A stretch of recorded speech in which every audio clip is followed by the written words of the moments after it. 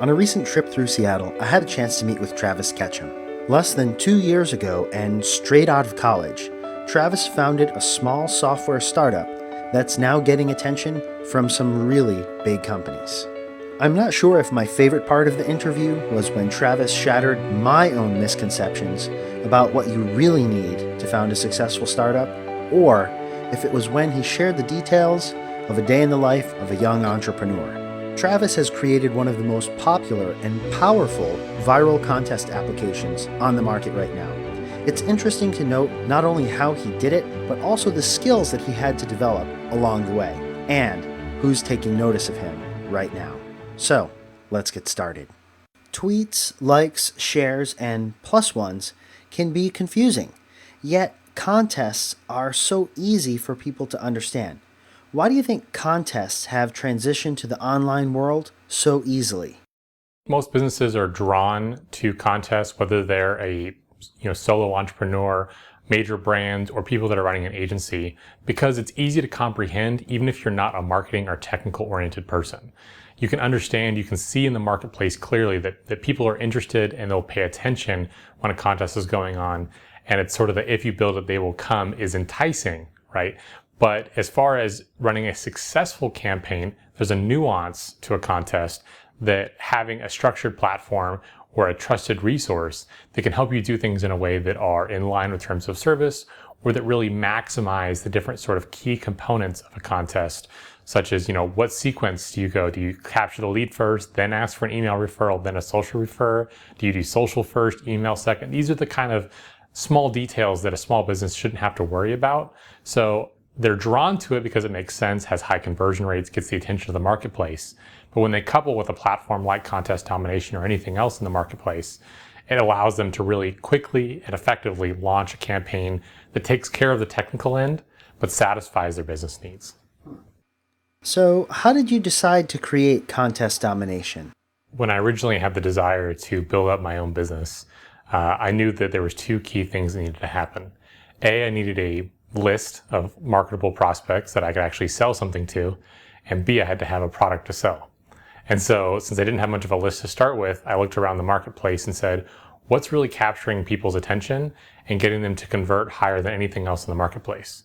And the solution to that was contests, but all the contests in the current marketplace focused on things that I didn't care about. Things that I cared about were related to how can I incentivize people to submit real user information and actually refer their friends and make sure they enter, as opposed to just giving them points when they share something on social. As we noticed that Facebook is different than Twitter, is different than LinkedIn. They all have different intrinsic values. And by giving them a actual referral system, it made it an equal playing ground for all the different platforms. So between the two generations of Contest Domination, we've been really fortunate to help tens of thousands of businesses collect well over 1 million leads just in the last 12 months alone, accelerating, right, even to about 250,000 leads a month and growing quickly. So the number's pretty broad and getting bigger every day. That's a lot of contests. Can you talk about some common mistakes you see people making when they run a contest? With over 1 million leads, that definitely gives us, a statistically confident number of results as far as what works and what doesn't within running a contest sort of as a structure. And what we've noticed is that a lot of businesses sort of make the same mistakes, and the ones that are successful are doing the same things within their campaign. And that would be those who are unsuccessful typically are giving away things that aren't relevant to what they do and sell, such as iPads or cameras if they have no intention of selling iPads, cameras, or pandering to a camera-focused or enthusiast community. The businesses that do very well on our platform are ones that are able to give away things that are related to what they do and sell. And while they may not be actually capturing the most number of leads, we're seeing that they're getting a lot more referrals off of those initial leads. So they're getting that viral component to sort of the maximum potential, as well as the back-end revenue, which to us is more important. They're much more successful and they're much more sustainable. And so we're seeing those companies actually able to run many more campaigns because each one makes such financial sense to do so. So, what's the difference between engagement and a lead? And why is one more valuable than the other? So the difference between engagement and a lead are significant, and there's sort of two different types of customers that might be interested in either one. Engagement feels great because it's usually an instant win. It's sort of something that you can, as a business, reach the feeling of success very quickly, right? An engagement campaign you can launch within 5 minutes.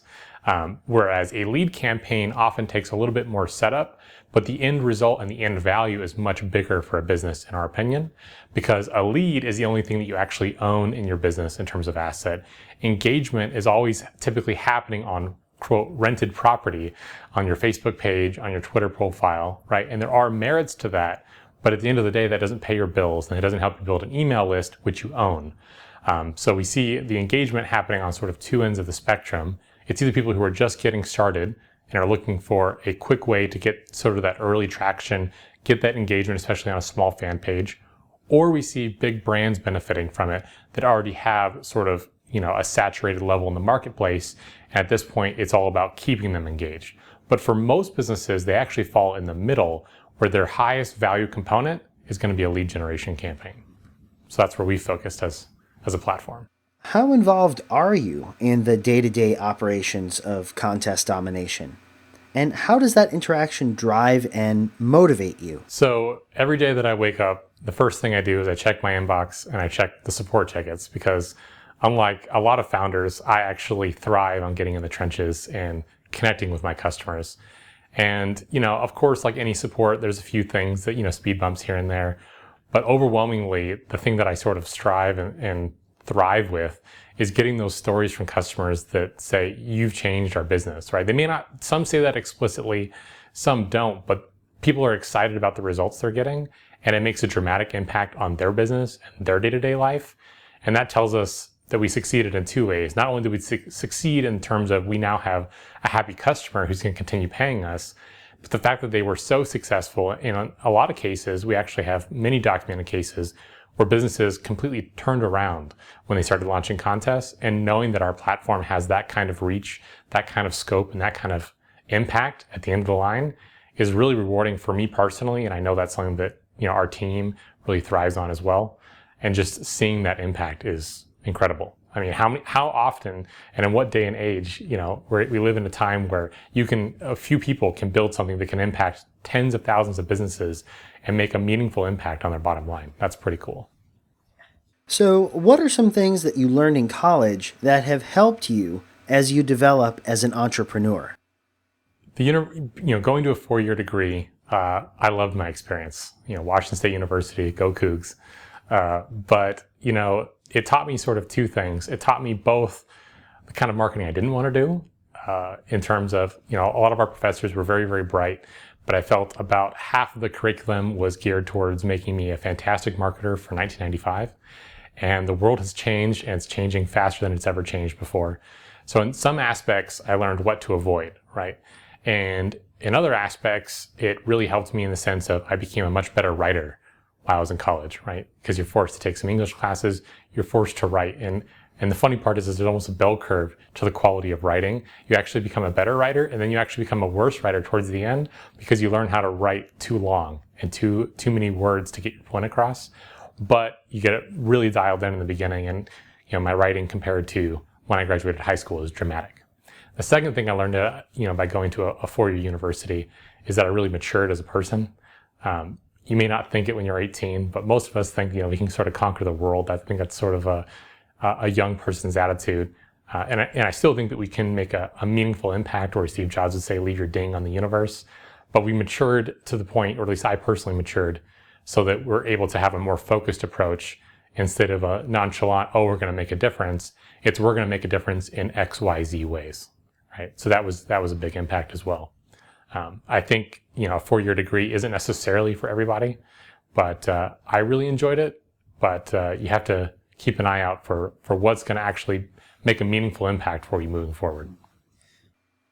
What advice would you give your former marketing professors? And what's one thing they could change to improve and give students a better shot at success? I think sort of the mentality, at least, a few years ago, I've been out of school for a few years now, not too long, but a few years. And the mentality was that everything should take this sort of long, drawn out approach. There was a big emphasis on writing, the typical 30-page business plan. It was to, minimize risk and maximize profits, right? And while I, of course, won't disagree on the maximizing of profits, I think that a lot of marketing professors and the college point of view would benefit by urging people to take more risks. Because especially today, even different than 5 years ago or 10 years ago, that's still in the 2000s, the amount of risk that you need to take in order to do something meaningful is dramatically lower. If you look at, for instance, the old school method of go raise money to build something interesting, the stages where seed round was write up an idea, right? Stage A was create a prototype. Stage B was get some traction. Stage C round was scale. Well, as you see over time, that's compressed because the cost of entry is plummeting.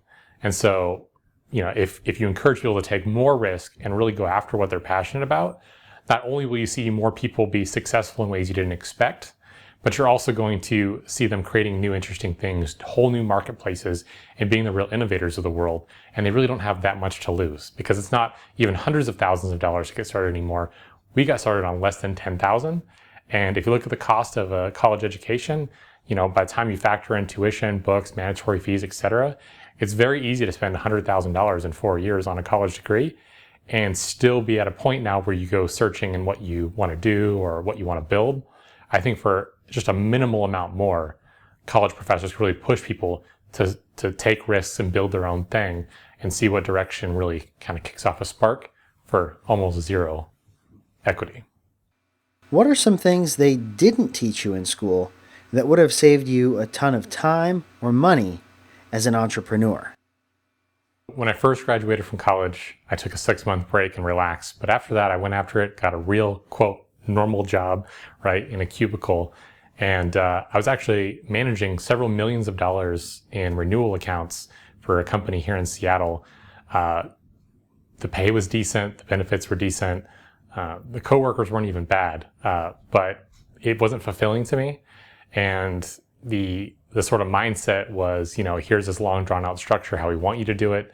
And there wasn't a lot of sort of creative freedom to maximize and optimize the process, which I sort of did anyway, which rubbed a few people the wrong way.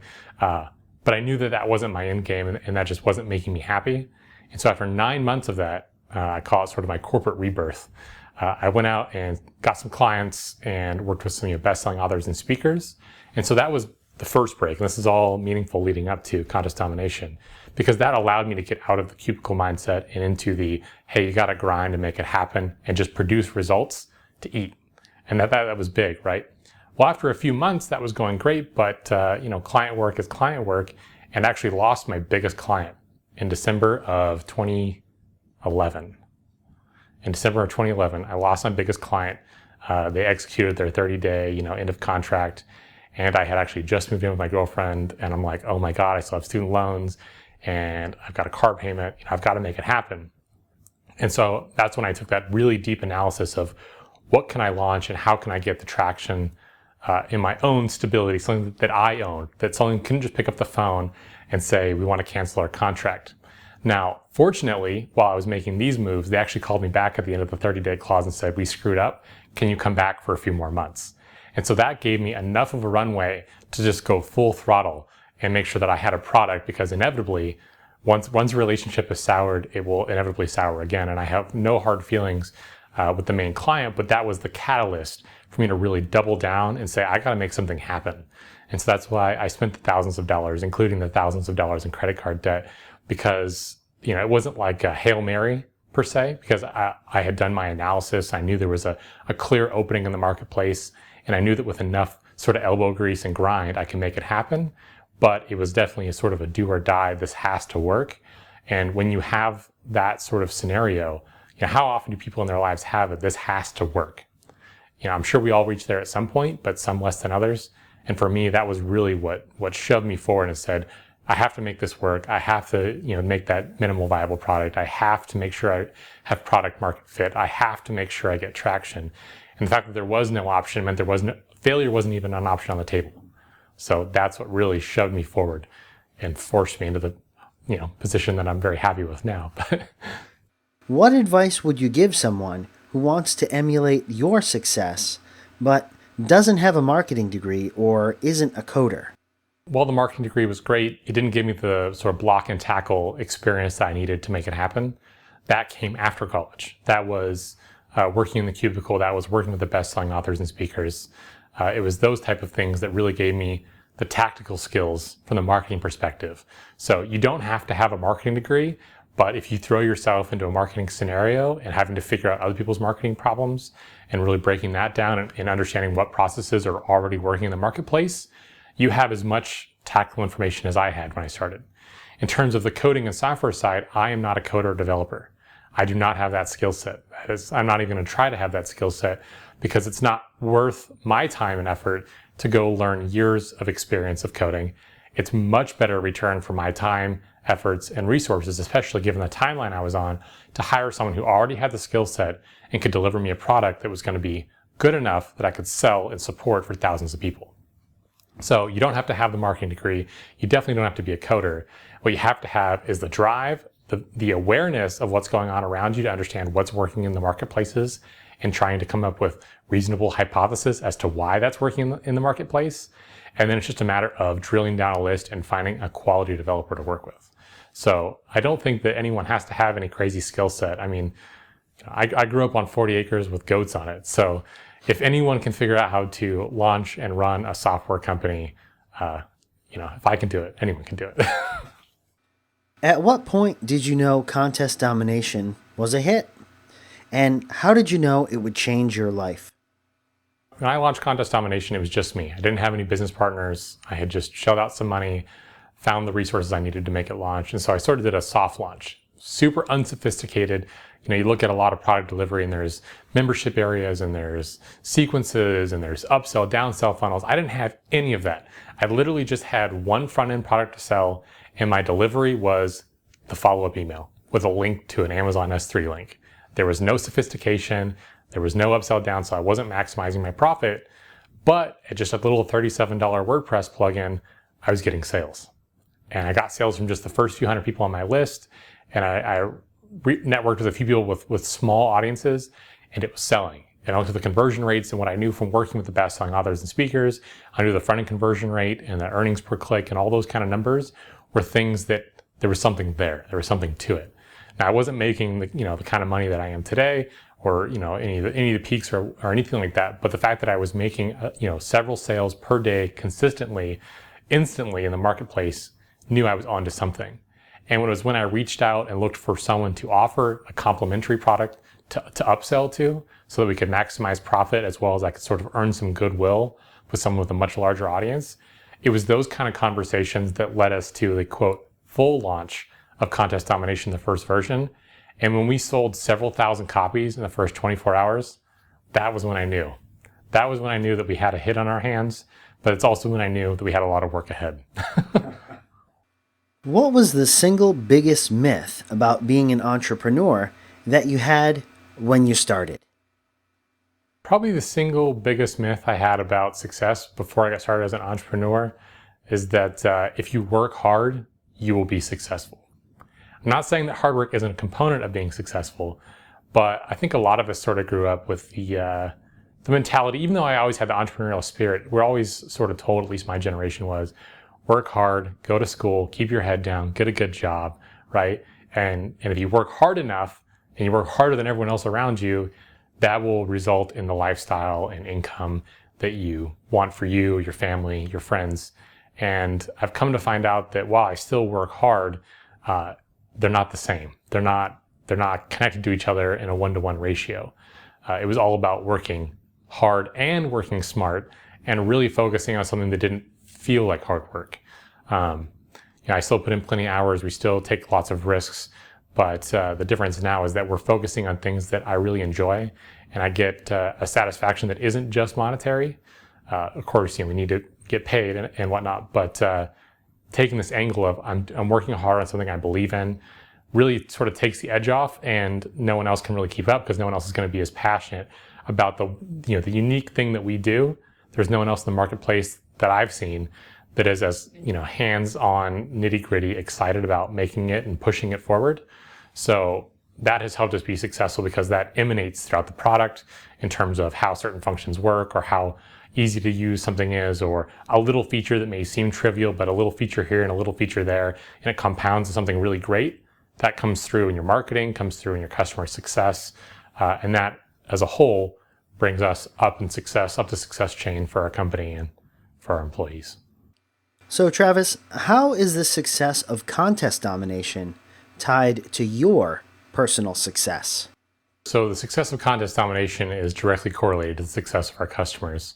And you'll notice when a lot of softwares enter the marketplace, they love to tout around one-time fees or some small barrier to entry, and it sounds really enticing from a customer standpoint. But the problem is, how is a one-time fee going to sustain, especially a software as a service, where there's real resources and real expenditures that a software creator must take on when they take you on as a customer? The only way that that math would work out is if one or two scenarios were true. Either they don't plan on supporting you and they're essentially giving you false information, or they genuinely don't expect you to use the software ever, so their costs are near zero. Either case, that means they're not building the software that will deliver the results that they're probably touting in their marketing, right? Because it's just not possible. Right? It's either going to be useful and you're going to use it and it's going to cost them money to support you, or they're not going to support you. That's the only way the math works out. Otherwise, they would not make money.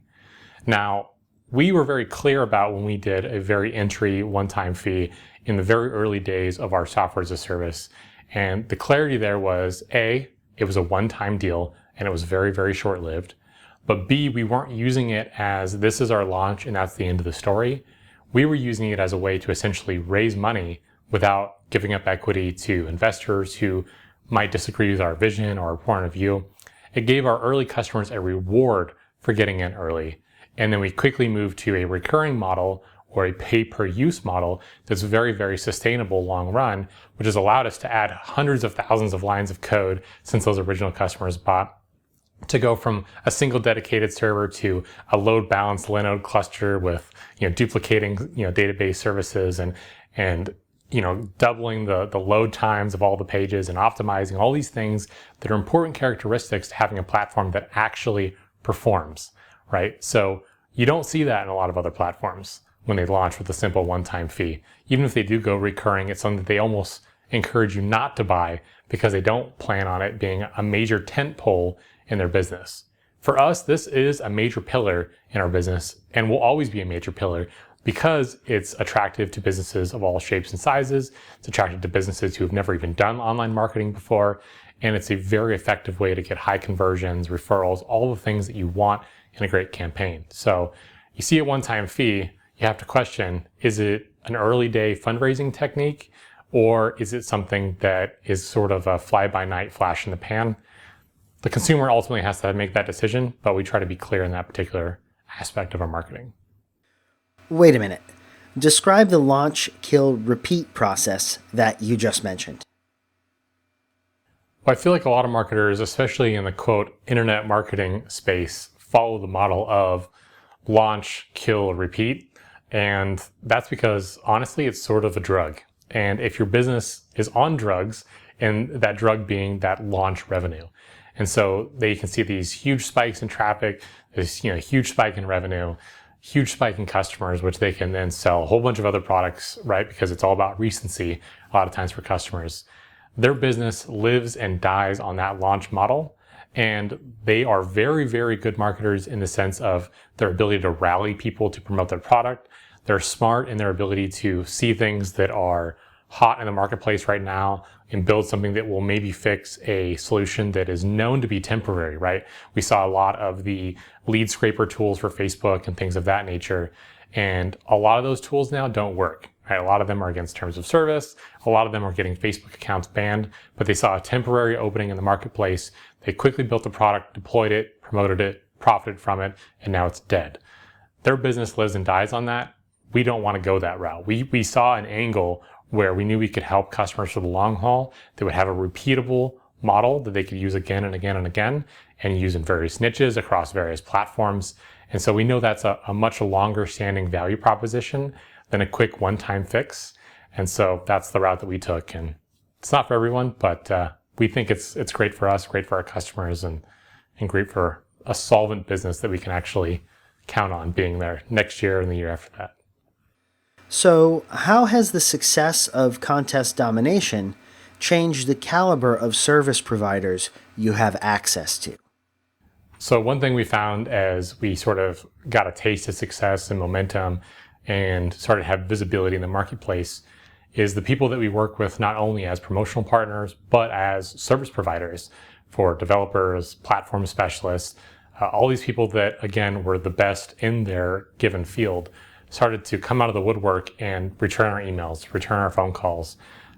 We could get a warm referral from either a customer or another promotional partner to sort of not, step on them to get up, but use that existing prior relationship, proven success, proven commitment to the product to get the conversation started with, other people spidering out from there. And that really allowed us to sort of pick and choose the best in the industry and be able to get their attention and even be on their radar and be available to have the discussion of, can we work together? Because we had already proven ourselves at the lower level. And so as you get that momentum, you'll find that you'll get bigger and bigger opportunities. And so, that's another reason why you don't want to do the launch and kill method. Is you want to be able to launch something that gives you that momentum, that allows you to achieve that sort of exponential success that frankly isn't possible with any other model. So, how do you decide who you'll promote to your customers? When we decide to promote somebody else, we go through sort of an internal checklist. And that is the product even good? Because half the time it's not. And if we haven't actually gotten hands-on with the product and, tinkered with it and tried deploying campaigns, and if we haven't actually done that, we don't promote it. And the other aspect is, if we haven't gotten good results, or we haven't seen, actual proof that it creates good results in a marketplace, we don't promote it.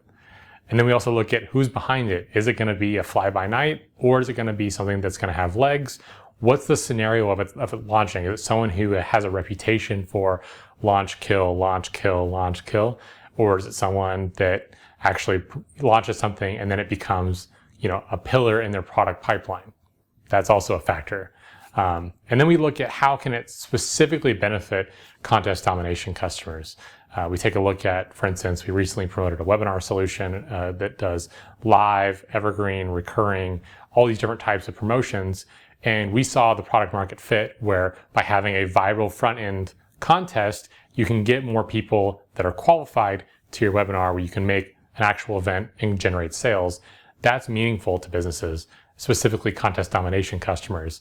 And so that was a fit. And so unless it meets all these sort of criteria of being a good product, having support, actually providing value to a specifically contest domination customer, and being someone that we trust to take care of them as well on the other end, if it doesn't meet those criteria, we don't promote it. What about challenges?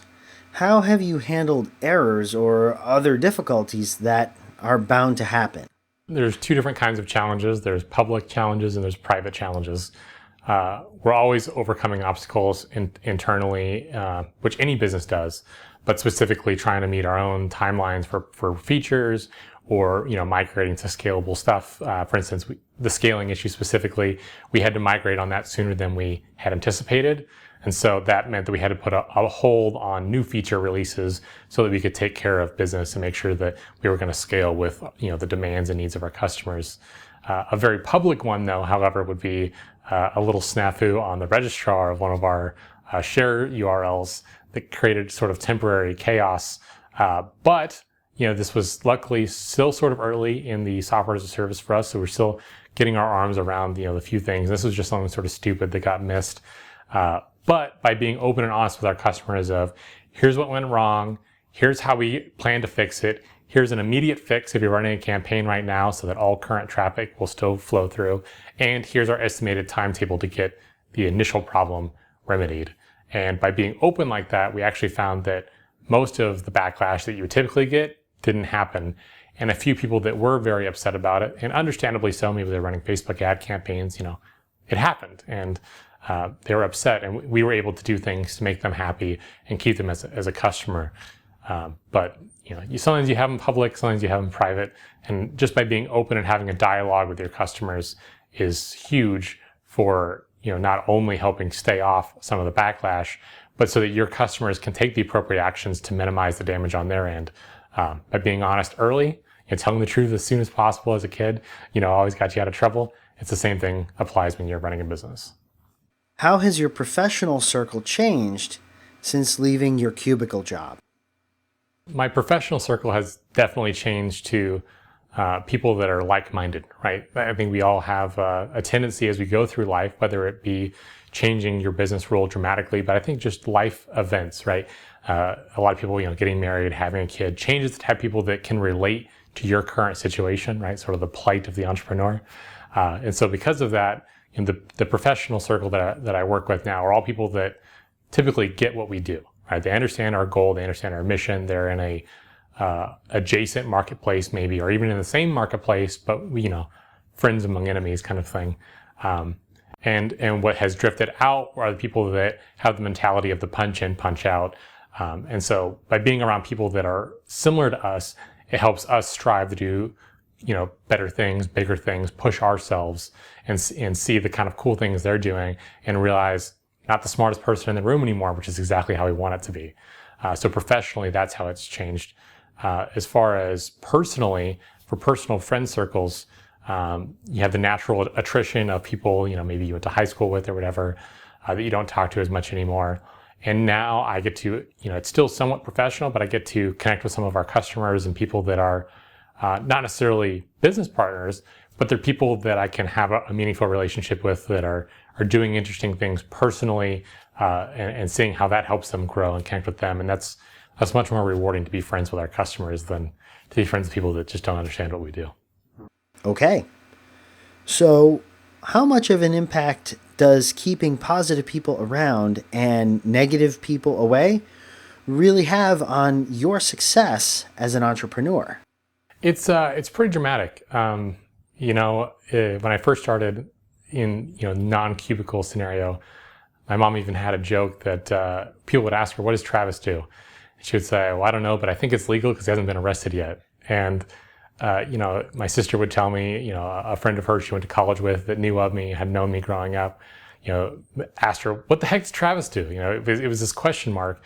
And so, being able to connect people that actually understand what you're doing, they don't sort of shun you, right? So if you're in a circle of people that are all professionals and are doing interesting things, but it's not the entrepreneur angle, they just don't get it. And so it's sort of like a left brain talking to a right brain type person. They just don't connect on the same level.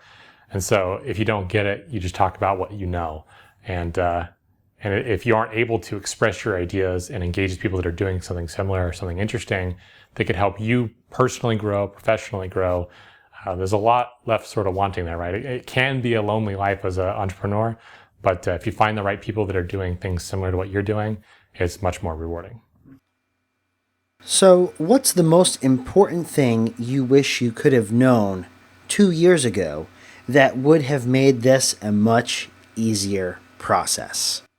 So the first thing is, and I realized this very early on, that I wish I would have told myself back in the early days was, don't get cheap, hire the best developer you can afford, and then add 20%. So find a way to stretch and make it work and hire, the best people you can find possible. Just absolutely stretch yourself and hire the best people, because anything below that, you're going to be disappointed in the results, disappointed in the product, disappointed in your progress. Especially in a day, early days when I didn't have the money to spare, but I had to burn it anyway because I made the wrong decision. That's a huge hurdle I wish I had told myself. Because we noticed two things when that happened. It's like, once I hired a really good WordPress developer, not only was the product infinitely better and on spec for what I wanted, the crappy guy that I waited months on gave me something I couldn't even use. And in 4 freaking days, the best developer that I could find had me something that I wanted, that was usable, in 4 days, less than a week.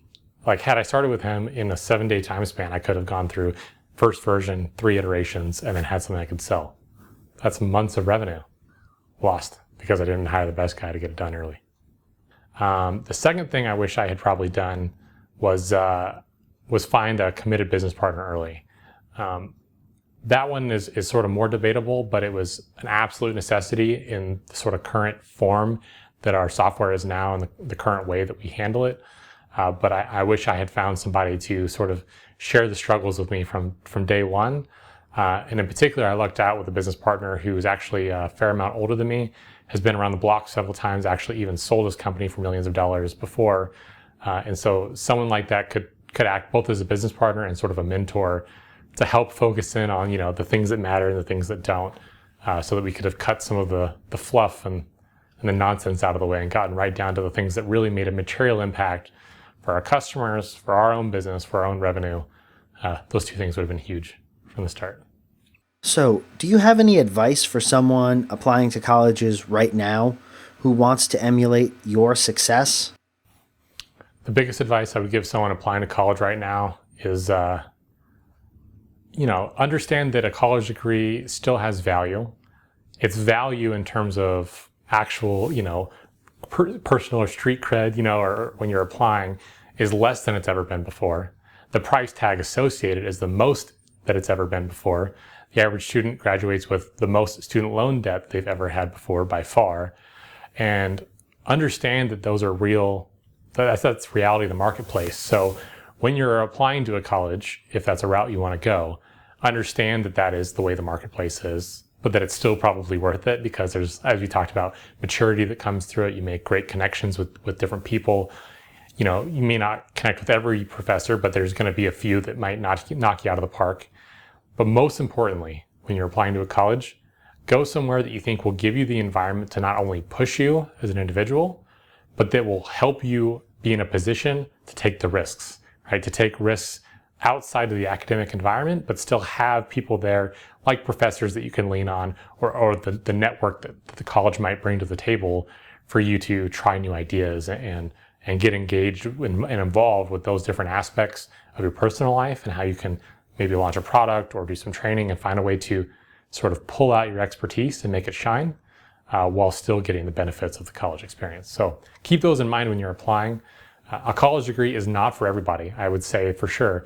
There are some people that are in a position that can go out and take those risks early, especially if they already have maybe a good set of mentors coming out of high school, which does happen sometimes.